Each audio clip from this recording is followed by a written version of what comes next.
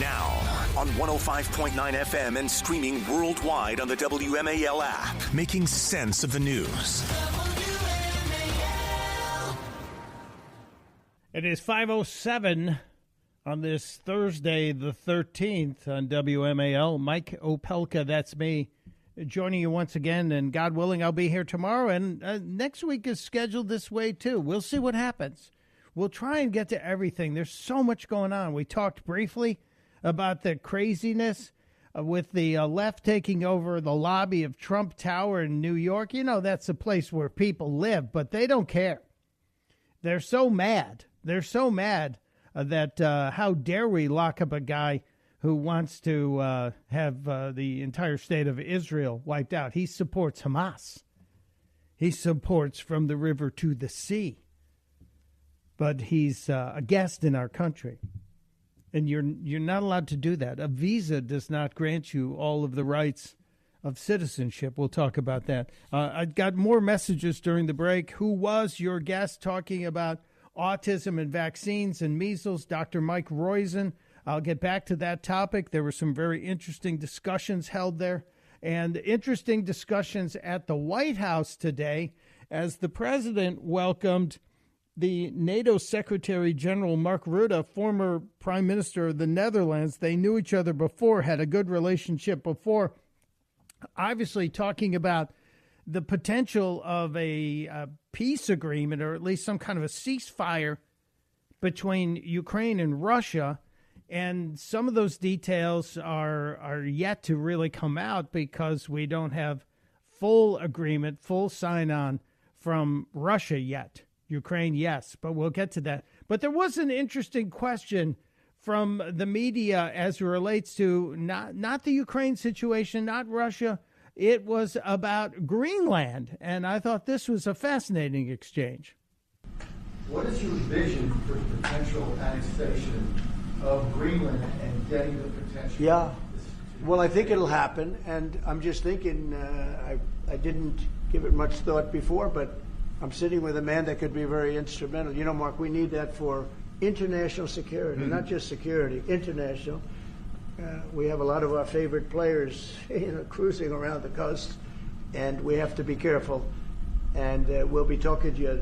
It's a very appropriate, really a very appropriate question. There's an issue in the high north, so the Arctic. So what you did, so when it comes to Greenland, yes or not joining the US, I would leave that outside for me, this discussion, because I don't want to drag NATO in that. But when it comes to the high north and the Arctic, you are totally right. The Chinese are now using these routes. We know that the Russians are rearming. We know we have a lack of icebreakers. So the fact that the outside Russia, there are 7 Arctic countries working together on this under U.S. leadership is very important to make sure that that region, that part of the world stays safe. And we know things are changing there, and we have to be there. How about that? A great diplomatic answer from the NATO Secretary General. I know I speak for NATO, so I'm not going to drag us into this, but just as a casual observer, China's up there, Russia's up there. We need the icebreakers. We need our well-armed friends like the United States of America. I think this is a very interesting situation, especially following the election that happened in Greenland 2 days ago. And apparently the farther right party did very well. So the people who were saying well ahead of the election, no, this isn't going to happen. The people of Greenland don't want this. 58,000 people in Greenland. I'm wondering what we're going to see here. Keep your eyes on this. And you can weigh on this later as well. We'll dial into this and talk about it, as well as what's going on with the potential shutdown, the Schumer shutdown coming up. But I wanted to get some time with our buddy, John Lott Jr., somebody I've talked to over the years many times as it relates to the Second Amendment, the very important Second Amendment. And John had a great piece on the Federalist 2 days ago, and I think it's worth talking about, the headline of which a study, Concealed Carriers Do a Better Job of Stopping Active Shooters Than Police. Now, I am 1,000% behind law enforcement. Absolutely. And I know the importance, the value, and the contribution of law enforcement to keeping a civil society. We saw law enforcement in New York City hauling those idiots out of the lobby of Trump Tower. Yes, law enforcement vital. But there is something really critical to society when it comes to concealed carry permit holders and people who are actually their own first responders, which I firmly believe in. John Lott Jr., thank you for being here today, my friend. I appreciate you. This is a great piece, and I will encourage everybody to check it out on thefederalist.com if you haven't already done so. What was standing out to you as most surprising in this study, John? Thanks for having me on. Look, I mean, just before we even get into that, I have to say, anybody who's read my academic research knows that I think police are the single most important factor for reducing crime. I don't think there's any doubt about that. But what happens when you're talking about somebody engaged in an active shooting case is to recognize what an incredibly difficult job a uniformed police officer has in stopping these attacks. So the FBI defines active shooting cases as a gun fired in public, not part of some other type of crime like a robbery or a gang fight over drug turf that involves anything from one person being shot at and missed all the way up to a mass public shooting. And the thing is, if you have a police officer in uniform, the criminal is going to look around, and if he sees the officer there, he may wait for the officer to leave, or he may move on to another target himself. Or if he's going to decide to go through with the attack there, who do you think he's going to go after first? Because he knows the police officer is one person for sure that he knows is armed. So the police have a real tactical disadvantage if they're in uniform in stopping these attacks. The advantage that you see with this, the fact that concealed carry permit holders actually end up stopping these attacks at a more frequent rate than police do, is because the attacker doesn't know who might be carrying concealed. If you have a large number of people there, could be somebody behind him or to the side, he has no idea who he has to go and take out first. So there are a couple things that were there. Not only one, that you have a little bit over half of these active shooting cases were stopped by concealed carry permit holders compared to about 44% for police. But you find that more police got killed in these attacks.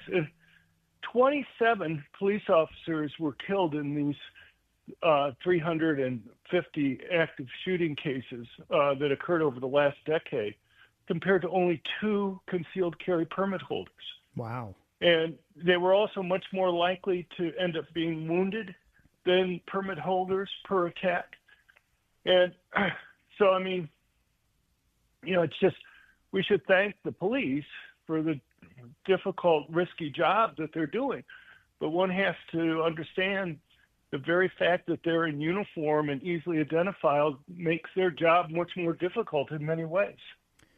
John, one of the things that strikes me is not just the uniform being a disadvantage to law enforcement when dealing with an active shooter situation, but it seems like the concealed carry permit holder has the benefit of 2 things. As you mentioned, they're not uniformed, so they're kind of camouflaged from the bad guys. But time is an issue. In the case of a concealed carry person, if they are on the scene when an active shooter situation breaks out, you don't have to wait for law enforcement to get there. You're able to take action, if you will, at that time. So they have an advantage of time over law enforcement. And if law enforcement's racing to the scene, most times it's lights and siren. So they're not sneaking up on these guys. Right. No, that's exactly right. The very fact that these killers, if they see a police officer there, in somebody that they can easily identify because he's in uniform, they may wait until he leaves the scene before they go and attack or go move on to another target. But one of the reasons why we looked at this is that over the last couple of years since the Supreme Court's Bruin decision, the entertainment police shows on ABC, NBC, CBS, Fox have really had a lot of instances where they'll show a concealed carry permit holder there who all the time gets into trouble. Either they accidentally shoot a bystander, or they get in the way of the police, or they get killed themselves. And what you find actually looking at these cases is that's just not the case. Permit holders end up only shooting and wounding out of the 180 cases that a concealed carry permit holder stopped an active shooting attack. Only one time did they wound a bystander. I mean, it'd be better if it was zero, but that's not the impression that you get from watching TV. By contrast, the police, in the 150 cases that they stopped attacks, they ended up killing 4 people. 2 of them were fellow police officers, kind of friendly fire situations. So both, it's rare in either case, but, and also you just don't see the other types of problems that are occurring. There's not one instance that you can find in any of those 180 cases over the last decade where a concealed carry permit holder got in the way of police being able to go and do their job to stop an attack. Yeah, it seems to me like the most concealed carry permit holders that I know, and I know a few because I'm one of that family, most of us like to think that we are there only in case we need to be there, and that privilege that has been granted to us, even though the Second Amendment seems to be a right, but in most states it's looked upon as a privilege, that it's better to have it and not need it than to need it and not have it, I guess is what I'm saying. Right. Well, I mean, I suppose the same reason why people have fire extinguishers in the home or something. Yeah. You hope. That's a great point. You may never have to use it.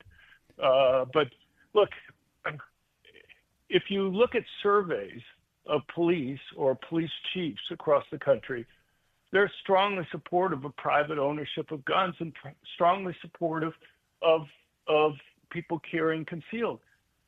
Police One, which is the largest organization of police in the country, there are about 450,000 members there. Their survey finds that 76% of police officers, street officers, think it's either extremely important or very important for people to own guns to reduce crime. You find over 86% of police chiefs across the country support national reciprocity to make it easier for people when they travel to be able to go and carry guns for protection. Police know that they're extremely important in reducing crime, but police also understand that they virtually always arrive on the crime scene after the crime's occurred. Yep. And that raises the question what people should do when they're confronting a criminal by themselves. And they know firsthand how important it is to be able to have a gun when you're going and dealing with criminals. And if my research convinces me of anything, there's basically 2 groups that benefit the most, and they're vulnerable people. They're the people who are the most likely victims of violent crime, and that overwhelmingly tends to be poor blacks who live in high-crime urban areas, and people who are relatively weaker physically, women and the elderly. You're almost always talking about a young male criminal doing the attack, and when a man is attacking a woman, there's a lot larger strength difference that exists there than when a man is attacking another man. And a firearm can be a great equalizer. John Lott Jr. is always a font of great information from the Crime Prevention Research Center. And this piece on thefederalist.com, you should follow John on Twitter X as well. John, thanks for always being there, and thanks for bringing the knowledge, especially when it comes to personal safety and that precious Second Amendment. I so appreciate you, sir. Well, thanks for being there, Mike. I appreciate you. Thank you. You got it. There he goes. It is 5:21. My goodness. WMAL. Washington's best way to wake up. O'Connor and Company with Larry O'Connor. Weekday mornings from 5 to 9 on WMAL. It is 5:34 on this Thursday. Mike Opelka, my name, here on WMAL. Honored to be here. So happy to be here. This audience always so great and so responsive, and you're welcome to join us at 630-9625, 888-630-9625. The last half hour of the show is kind of like the lightning round. We try and get to as many stories as possible, and there are many that I want to try and touch on and share with you, not the least of which is another schadenfreude moment, another moment of pleasure at kind of a terrible event, and it is the much ballyhooed Michelle Obama podcast. Michelle Obama, who, you know, I guess she misses the spotlight. I guess Michelle Obama and her brother launched a podcast earlier this week. Why? Somebody paid them a lot of money. That's all you need to know. Somebody said, hey, we got a good idea. What to get Michelle Obama in there? She'll do a podcast and we'll pay her a bunch of money. It'll draw people. And I think the initial 24 hours, they got 24,000 people to click on it and listen to it. And why wouldn't you? And by the way, 24,000, if your name is Michelle Obama, is an embarrassment. It's a failure. It is terrible. It is awful. And I know a lot of people will check it out just because, well, it's the same reason we slow down when there's a car wreck on the other side of the road. We're rubbernecking to see just how bad it is and say, thank God that wasn't me. Here's just a little snippet of how they promoted the Michelle Obama podcast. Together, Craig and I are going to take your questions about the challenges you're grappling with in life. Because let's be real, we are living through some really complicated and confusing times, and people are feeling more alone than ever. Couldn't have gotten through 8 years in the White House without my big brother. So you needed your big brother to get through 8 years in the nicest, literally the people's mansion, the nicest place. It really is a wonderful place when you think about it. You're safe, you're secure, you snap your fingers and something gets done. You had everything. And you needed your big brother to get through being the first lady of the United States of America. It's going to continue. They have to make it continue because, you know, we'll listen in to see just how crazy it is. If you watched it or listened to it and you have a thought on it, I would love to hear. Absolutely. And how far in it did you get into it? The comments, there were, thumbs up and thumbs down. In the first blush, in the first 24 hours, there were more thumbs down than thumbs up. That's not a good thing. Why are you doing this? Needy, thirsty, as the kids used to say. I don't know if that's still the word. And then there was a magic moment that probably got missed because it happened on CNN. And, you know, there aren't a whole lot of people watching CNN these days. Jake Tapper had Dr. Sebastian Gorka. Dr. Gorka was on with Jake Tapper. Dr. Gorka, of course, the deputy assistant to President Trump, talking about terrorism. And Tapper thought he was being pretty smart. But he forgot who he was dealing with. This was absolute gold. So last month, the Washington Post reported that the freeze on U.S. foreign assistance in Africa has, quote, threatened programs intended to counter al-Shabaab bomb makers, contain the spread of al-Qaeda across West Africa, and secure Islamic State prisoners in the Middle East, according to U.S. officials and aid workers, unquote. Are those cuts still in place? Are you concerned about them at all? Is that the same Washington Post that propagated the Russia collusion hoax for the last 8 years? Oh, down goes Frazier. Sebastian Gorka right out of the blocks with a powerful left hook, nailing Tapper right on the chin. But Jake Tapper thinks he's up for the fight. He is sorely mistaken.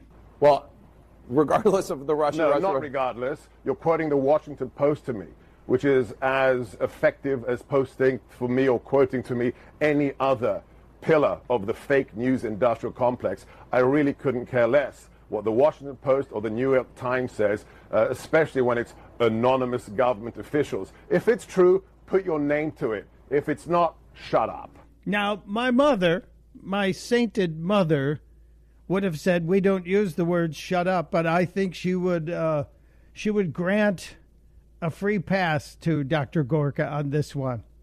And I do get so tired of this. I do get so frustrated with this. I do get so irritated by the constant use of unnamed sources.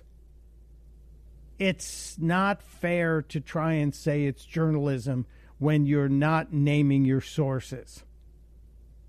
And it's really unfair to try and tie it back to the Washington Post, who, by the way, now trying to create some sort of real credibility in their editorial department, and the rats are fleeing that sinking ship, as we've seen with the defections in recent days. Well done, Dr. Gorka. Well done. Stop using unnamed sources. We see it everywhere, and yet, until somebody keeps calling people out on stuff like this, the one you see, Scott Jennings, who CNN keeps bringing on the air because I think people are watching. Scott Jennings regularly takes on 4 liberals on the panel at a time and seems to bring them all down. I think he's excellent. Well done. Yesterday, and near the end of the show, we talked about Rahm Emanuel saying that he's anticipating being a candidate for the Democrat nomination in 2028. Rambo wanting to return, and he was the mayor of Chicago, so there's a shot. There's a shot. A lot of dead people could vote for Rahm Emanuel to be the nominee. And then Mayor Pete Buttigieg was going to, the rumor was he was going to run for the Senate seat that's open in Michigan. And yesterday he said, no, that's not happening. Why? Why? Because I want to be president. And who wouldn't want this guy to be president? Who wouldn't want Mayor Pete, the guy who told us that roads and bridges for so many years were racist, and that when he was the transportation secretary, he was going to fix that. He was going to stop it. He was going to fix all of the racist roads and bridges in America because they had solved all the other problems. Racist roads and bridges. Mayor Pete. Carrying mostly black and Puerto Rican kids to a beach, or that would have been, in New York was designed too low for it to pass by. But that obviously reflects racism that went into those design choices. I don't think we have anything to lose by confronting that simple reality. And I think we have everything to gain by acknowledging it and then dealing with it, which is why the Reconnecting Communities, that $1 billion, is something we want to get to work right away. Yeah. I hope. I hope he's one of the final nominees, and those old clips come back to haunt him on a regular basis. It is just absolute gold for me. The other story that I mentioned earlier in the show today, and there's a really good chance we may get Senator Joni Ernst on the air with us tomorrow to talk about it, is this story that has all the earmarks of an incredibly corrupt administration under Joe Biden. And what am I talking about? I'm talking about the piece that the Washington Free Beacon has done great work on, boiling it down for you. Joni Ernst pointed this out as she's part of the Doge caucus, that the Biden administration awarded $28 million to a mysterious company called Vaccine Company Incorporated. Gee, you're the Vaccine Company Incorporated. You're based out of a Maryland post office box. Now, it looks like the NIH, the National Institutes of Health, in the final months of the Biden administration awarded $28 million to this mysterious venture-backed company, a biomedical firm founded in 2022. And at the end of 2024, they suddenly get a $28 million contract. Senator Joni Ernst is asking for this to be investigated. I hope that happens. I hope it happens. The Washington Free Beacon looked into this taxpayer-funded company, which apparently was supposed to use this $28 million grant to develop vaccines to combat West Nile virus, dengue virus, Zika viruses, and indicates it's gone to great lengths to keep itself out of the public eye. Yeah, you got a post office box, generically named company, no website, none of its top officers, and this is according to the Free Beacon report, None of its top officers, including the CFO, a former Biden COVID advisor, Sonia Bernstein, have disclosed their association to the company on their public resumes. This stinks. This stinks. This sounds like, hey, we're going to be leaving here, so we need to get a little something. We need to get our beaks wet. We need a $28 million exit package. Joni Ernst, Senator Ernst, wrote a letter yesterday urging Health and Human, the HHS Secretary Kennedy, to find out just how the Biden administration vetted the vaccine company and to get that information back to Senator Ernst. Records indicate $2 million of the $28.2 million has been spent, which means there's still $26 million that may be in the bank that maybe we could claw back. Again, as I said to Senator Rick Scott earlier on the show, until we start seeing people perp walked, until we start seeing people in handcuffs being led out of some of these three-letter agencies, and the millions and in some cases billions of dollars being clawed back to the taxpayers, to the American people, I'm not going to be happy. I'm not going to be happy at all. I'm not going to be any of the dwarfs. Not happy, not dopey, not grumpy, not any of them. See what I did there? Disney's relaunching the Snow White franchise, I guess, this weekend. And they are soft pedaling this one. I guess they're looking at the same kind of launch as the Michelle Obama podcast. The government shutdown, maybe tomorrow. Where do we stand on this? Well, let's check in with Diane in Arlington, Virginia. Diane, welcome to WMAL. You have a thought here? Yeah, Mike, how you doing? I'm good. Thanks for being there. So as an aside, I read somewhere recently that I think Scott Jennings got a raise because you're right. I think he's the only one keeping CNN alive. He's good television. Every day he takes down 3 or 4 at one time. He's awesome. He's the Carolyn Levitt of CNN. So on this Schumer shutdown thing, I just had a thought. I was just kind of curious what your thought was on it, and then I can hang up. I'm thinking that if the Senate votes to keep the government open, that's a good thing, obviously. But I'm wondering if it might be a win-win, because if they vote to shut it down, then they've really just done Doge's work in identifying who the essential and non-essential people are. Yeah, that seems to come up every time we have a government shutdown. And as Senator Scott pointed out, he was in private business for a while. And when you're a private business person, you don't have non-essential employees because that's wasting money. Right. But we apparently have a lot of them in the government, because every time we do this, and I think I've run out of toes to count how many government shutdowns or threats of shutdowns we've been through in the last 2 decades. But every time we do this, we have a list of people that are non-essential. And why are they still there? Right. And this time now it would be the department heads identifying who the non-essential people are rather than Elon Musk's team. Yeah, they put the onus on the actual government employees, the supervisors, to say, yeah, we could get by without this one and that one. Okay, well, we're going to make that permanent. That's what my take would be. And for all the people who are saying, and it's on CNN, I saw it today, I saw it on MSNBC, oh, it's going to be so mean. Those people, they're losing their job. They're not going to have health care. There are 10 million jobs open in this country. Many of them are very well-paying jobs, but you'd have to either fix toilets, wire homes for electricity, maybe learn how to weld or be a diesel mechanic. The great Mike Rowe has pointed that out. 10 million jobs available in this country, and they will be there for a long time. They're not going away. They're not going to be like government jobs. So I think the shutdown ultimately, if it happens, the Schumer shutdown, you correctly identified it, will be a win-win for the GOP. So we'll see what happens. Okay, well thank you so much, and happy Friday Eve. Yeah. Well, tomorrow it'll be Friday Luya Day. We'll be celebrating Friday Luya, so I'll be taking attendance. Friday Luya.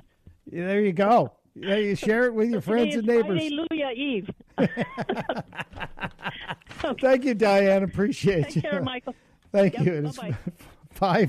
5:49, 5:50 now.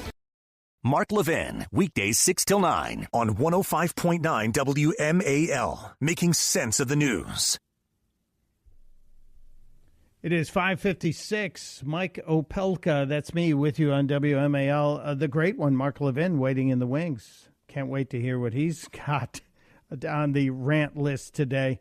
Tomorrow, we're going to be looking for slogans for the shutdown. I give credit to that idea to Donnie from Alexandria. I don't have time to get to you, Donnie, but tomorrow you got to be here, Donnie, and we're going to be taking slogans for the shutdown. I've already called it the Schumer shutdown. But I want to give 30 seconds to Dan in Frederick, Maryland. Dan, you are a federal employee. I want to be fair and give a little clarity here. Dan, you got 30 seconds to educate me. Sure. Thank you, sir, for taking my call. No, the last caller, and no disrespect for her, because I understand the heart. The essential versus non-essential is such a misnomer, because when the shutdowns happen, there's the budget's not being passed. There's no CR to continue the budget, so there's no way to fund federal employees. And so, like, if you work for a regulatory agency like I do, you have to allow those folks that do the regulatory work to continue. And so that means, they have to then continue on with their work. And can you hear me? Yeah, I do, but we're running out of time. That's why I said 30 seconds. But anyway, it's not as simple as that. That's all I'm saying. It never is. Dan, you're right. It never is as simple as we make it. But we all speak in radio talk to, exaggerate, to clarify, hyperbole. We'll get into it tomorrow, and you're welcome to call back and come up with a slogan for the shutdown. Mark Levin's waiting in the wings, this is said. Until tomorrow, testudo, my friends. Testudo. News Talk 105.9 WMAL, making sense of the news.